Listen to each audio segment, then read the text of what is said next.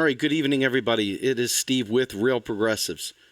You know, it's obvious that ICE has gotten out of control. It's obvious that this president has taken really bad things that Obama put in place for him, like leaving a little bit of a cage here, a little bit of a dictator's roadmap over there, and a whole bunch of tools of the trade for the wet works that are going on today. There's no question about it. But all of these things, all of them, are symptoms of a bigger problem. Every time we close one camp down, every time we stop one thing from going on, it'll pop its head up somewhere else. It's like whack-a-mole at the arcade. It ain't going away because we keep trying to treat the symptoms. We keep running after symptoms, and nobody has the courage or the willingness to go directly at the problem. And the problem is going to seem like such a disconnected moment. But I assure you, if you have ears to hear and an open mind and willing to learn, I assure you, at the end, even if you don't see it my way, I believe you'll have a new perspective. I'm hoping you'll see it my way because I believe that if we can unite and understand the deep impacts to this, that you will be able to affect the change that you think needs to happen in this country. But I can tell you we're too scattered. There's too many whack-a-moles going on for us to knock them all down.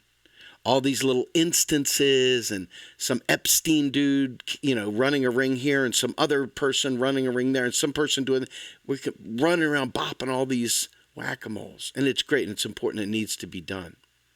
But it is just a symptom. And that symptom isn't going to cure. It's not going to cure it. So I'm going to read this article by Jesse Meyerson and Raul Carrillo. And it is called The Dangerous Myth of the Taxpayer Money. And I want to give you a little bit of history on this article before I go too far into it. When you think of the word taxpayer dollars, it's used by every politician, is it not? It's used by every activist, every aspiring politician, every media outlet, and it paints a picture, right? Well, Jesse and Raul are able to break this down in a very, very clear and coherent way, a way that should open your mind to understanding the relationships between what's going on at the border, what's going on in New York City when people do raids there, what's going on across the country where immigrants to this nation feel like they are an animal being herded by a very, very evil Gestapo-like entity. And it does have very, very similar look and feel to the way I have seen documentaries, I wasn't there, of more tragic things that occurred out in Europe during the Great War. So I'm going to go ahead and read this to you, and hopefully this will help set the conversation in a way that you'll be able to understand. So it starts off with a quote from Margaret Thatcher. "There is no such thing as public money, only taxpayer money." Margaret Thatcher, 1983. Now, I don't know if you know who Margaret Thatcher is, but she was the Queen, Premier, the ultimate UK guru of neoliberalism, part and parcel with Sir Ronald Reagan, and the two of them were like Tweedledee and Tweedledum when it came to neoliberal thinking and pushing the neoliberal agenda. And it all starts with the concept of the taxpayer dollar. It all starts from an idea that the state is crippled to do anything useful to solve great big problems like immigration or medical care or returning veterans in the VA or any of the other things that people say, we got to take care of our own before we can take care of immigrants, right? So this is what Reagan and Thatcher were kind enough to give us, this bullshit belief of the taxpayer dollar. And when you hear people say it now, knowing that this is a Thatcherism and a Reaganism, and you see them do it, doesn't it make your skin crawl thinking about it now? Doesn't that make you feel a little gross inside to say something like the taxpayer dollar? It should. Let's go on. So when Vice President Mike Pence flew home to Indiana earlier this month, this is a little bit older to be sure, this was going back to October 19th of 2017. So this is dated in terms of the current event value, but the deeper issue here is far more relevant than the actual date. So let's just start it again. When Vice President Mike Pence flew home to Indiana earlier this month, it was to pull off a publicity stunt, censuring protests against racist policing. Rather than dragging him for this, however, take after take after take zoomed in on a different offense altogether: Pence's wasting of taxpayer money. The writers in question may have told themselves they were hurting Pence by exposing his hypocrisy. But by using the taxpayer money frame, they were spreading, however, unwittingly, a racist, sexist, classist myth. Although most of us pay taxes of some kind, every time we say taxpayer money, we prolong the illusion that society depends on certain kinds of people so we can have nice things. Ever hear anybody say, eat the rich? They think the rich are going to somehow or another, we can shake the money from them and it'll pay for programs.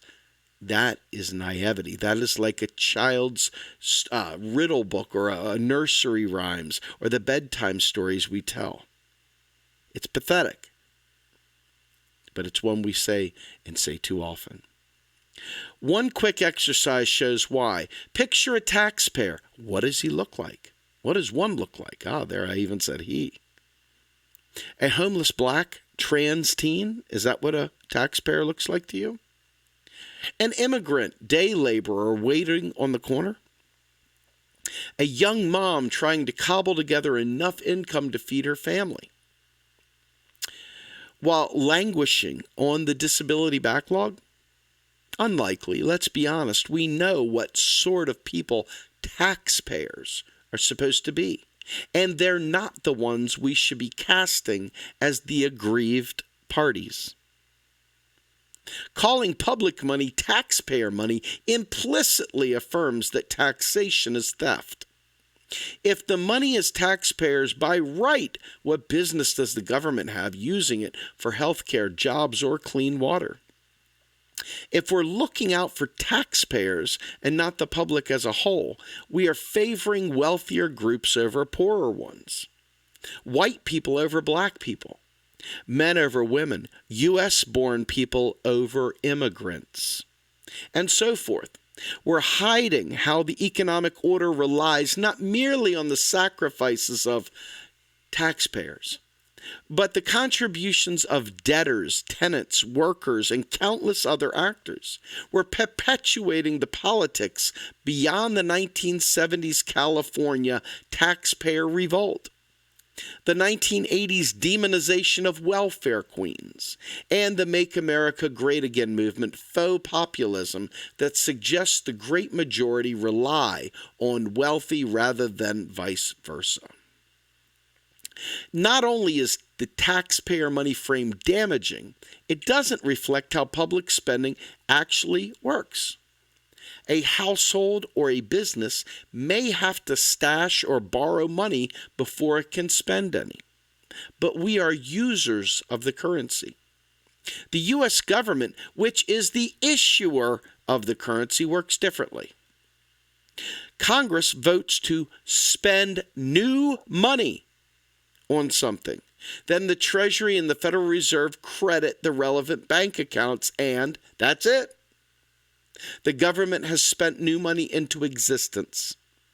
Later, Congress may tax old money back out of existence. In other words, it deletes it. But it isn't collecting money in order to spend it. It's offsetting earlier spending.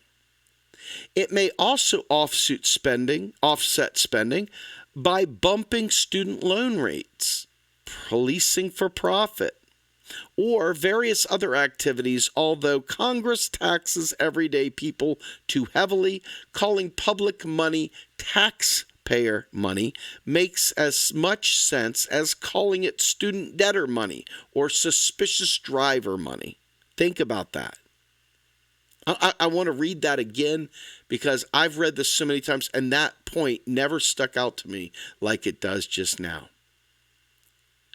Although Congress taxes everyday people too heavily, calling public money taxpayer money makes as much sense as calling it student debtor money or suspicious driver money. Look at a dollar bill, and you will see the signatures of its creators, not taxpayers, but the public officials who let the taxpayers hold it in the first place. Money doesn't grow on rich people. We should heavily tax the billionaire class so we stop living in an oligarchy. But we don't need private capital for public spending. The federal government doesn't confiscate dollars and redistribute them. It uses its legal power to create and destroy them. Do you get that? Let's try that one more time. We should heavily tax the billionaire class so we stop living in an oligarchy. But we don't need private capital, aka their money, for public spending. The federal government doesn't confiscate dollars and redistribute them. It uses its legal power to create and destroy them. I don't know how many of the alternative media folks out there you listen to, but I guarantee you none of them are telling you this. I wonder why that is. Why is it that they don't tell you this stuff? Why is it that they don't even talk about MMT? Why is it that they ignore it? Why is it that they choose to talk about problems without solutions? Why is it that they lead you to a bridge to nowhere? The certainty of understanding MMT, that it provides you with understanding how to fix major problems, is unparalleled. Yet you don't hear these people, these heroes of the alternative media movement, ever talking about it. Interesting, huh? Yeah. Margaret Thatcher's mantra was backwards. There is no such thing as taxpayer money. Only public money. Modern money is a creature of the public, and we should use it for public power. We all are the public, and we each deserve a clear, equal say in how our economy and our society work, no matter how much we each pay in taxes. It's time to claim our democratic rights. There is more than enough housing for the homeless, food for the hungry, and medicine for the sick. There is enough low-carbon emission technologies to transform our energy system, quit exacerbating the climate crisis, and hire unemployed people all in one fell swoop. And there is more than enough public money to manage it all, including immigrants, including providing jobs for immigrants, including ensuring they have health care when they come to this country, too, and taking care of our veterans, too, not or, but too.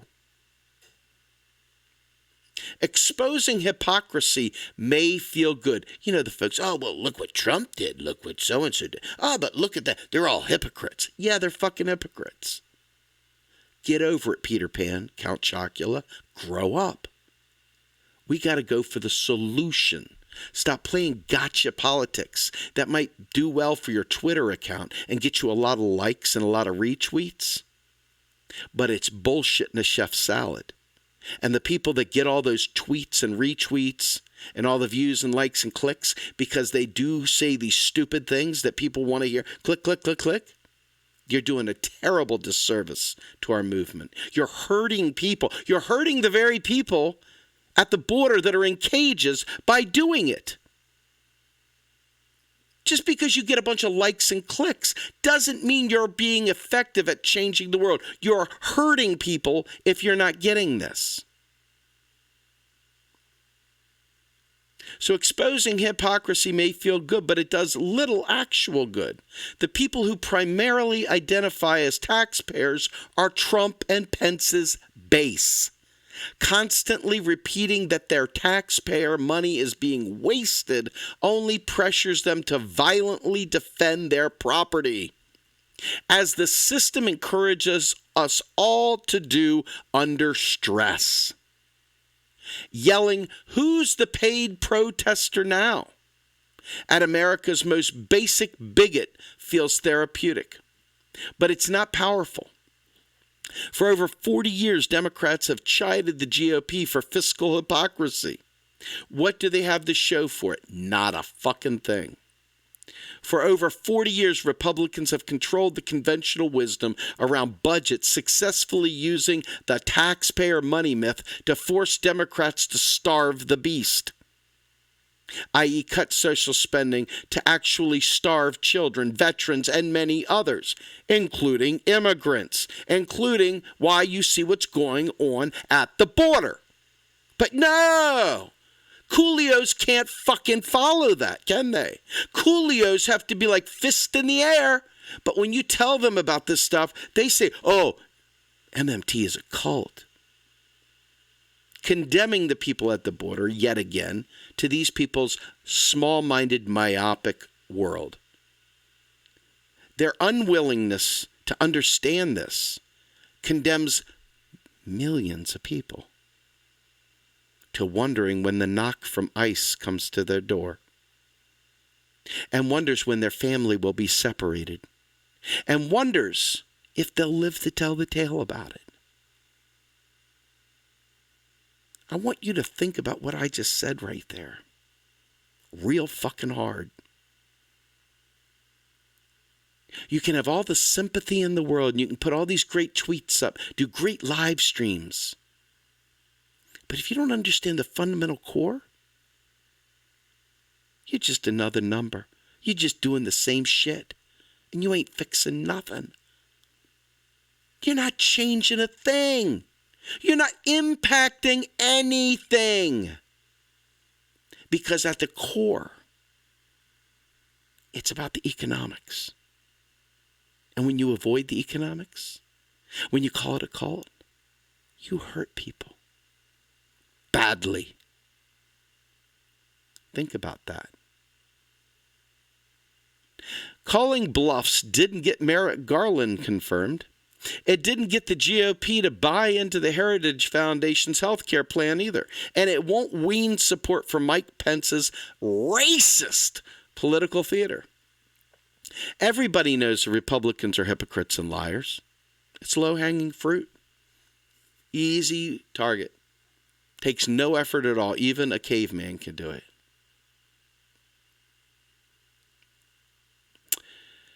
Just like everyone knows Donald Trump is a con man. Yep.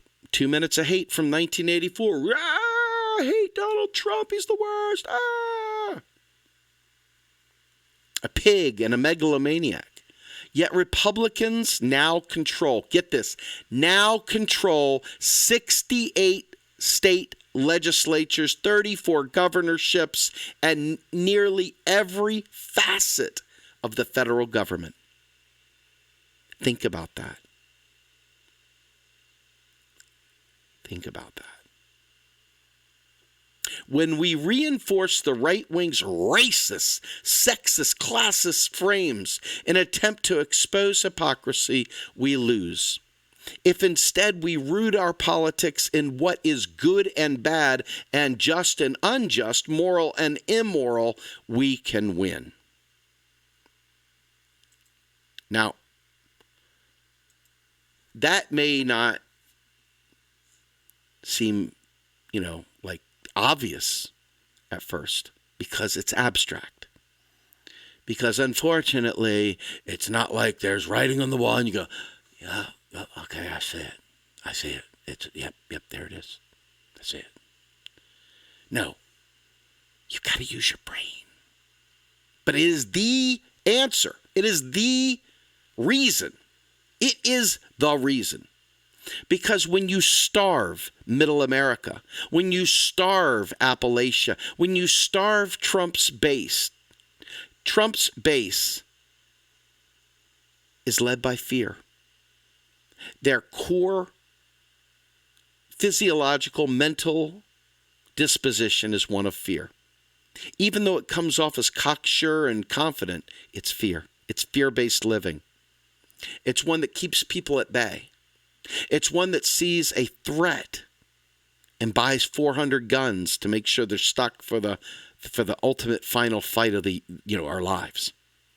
It's the thing that makes them have a basement full of canned foods of 4 million ready-to-eat meals sitting there waiting for them to survive the Holocaust, the nuclear war, the whatever.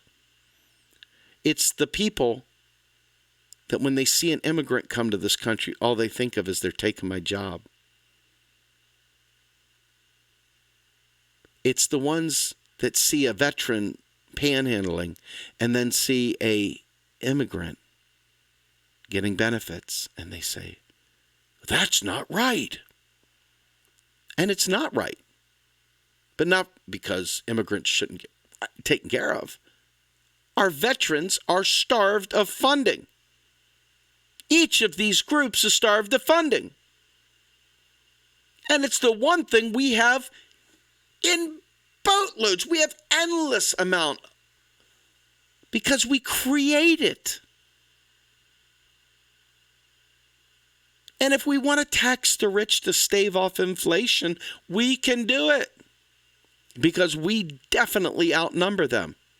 But unfortunately, our lovely alternative media would rather point at the dress somebody wore, or they want to talk about the horrible conditions of the camp, which is true. But they don't want to take you the next step, which is showing you how the solution to fix these problems is. So people will stand there at the camps, raising their fists, raising their signs, yelling and screaming. And hey, there's room for that too. But it is a dead end on its own. On its own, it is not enough. On its own, it is absolutely not enough. I sit there and I watch our friends within the movement. And I hear people losing faith because they don't like the Democratic Party. Or I see them jumping to the Republican Party somehow or another in some bizarre twist of fate thinking that by embracing full evil, they've somehow or another hurt lesser evil. Bullshit.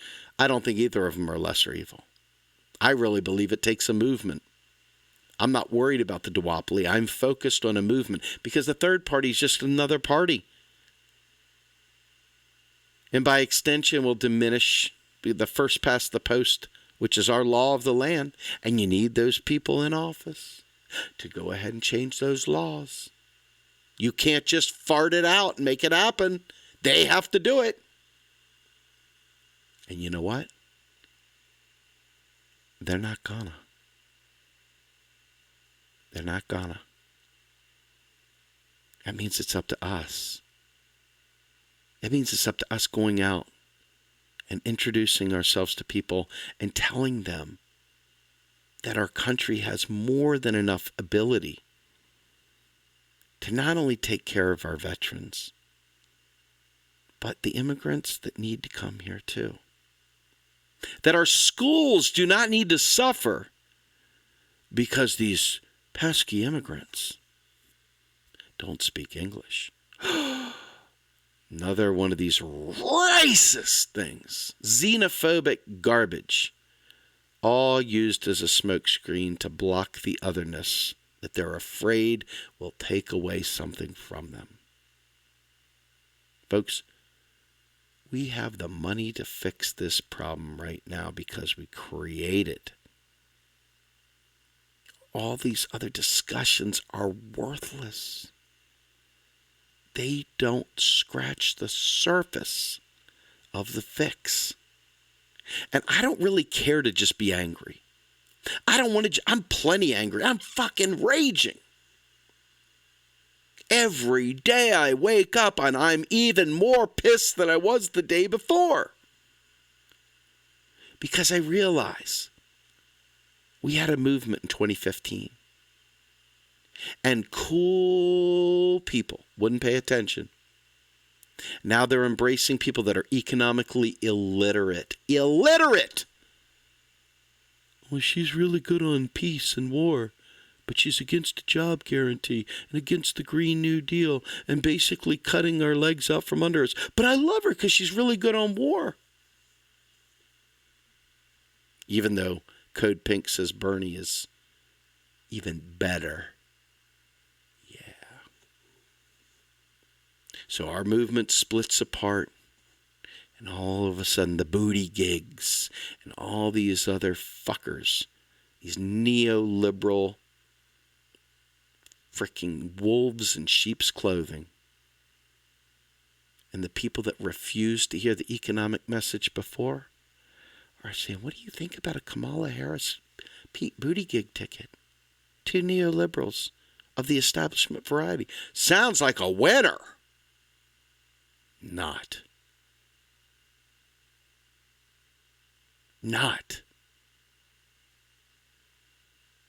Without understanding the economics of this all, they will perpetuate the same problems because the problems can't be fixed without the economics fixed.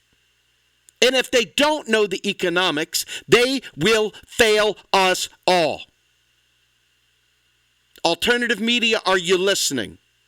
You don't understand the economics, you're failing us all. Politicians, you don't understand the economics, you're failing us all. Activists, you don't care to learn the economics, you're failing our children and those poor folks at the border in cages because you can't be bothered to learn that our nation can't be broke, that it creates money out of its ass. Every time it spends, Congress appropriates money, and every time it taxes, it deletes money, and these people that need jobs, houses, food, education, public services of a multitude of varieties, we can afford all of it for realsies. And the only thing preventing that from happening is you don't feel like learning the economics.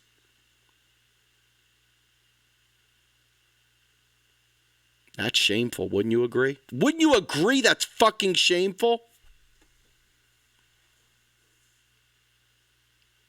When I see those people in cages, and I think that we could fix this problem without any issue at all once we get the point across that we can afford to take care of them all. And people are too recalcitrant to learn the economics and have a caring economy. I know those people at the border don't have a fucking prayer. We got to save them from the people trying to save them, because the people trying to save them are too cool for school and are absolutely unwilling to see the relationship between how we view money and how we view our ability to take care of the least of these entering into this country. I'm Steve Grumbine with Real Progressives. Have a great day.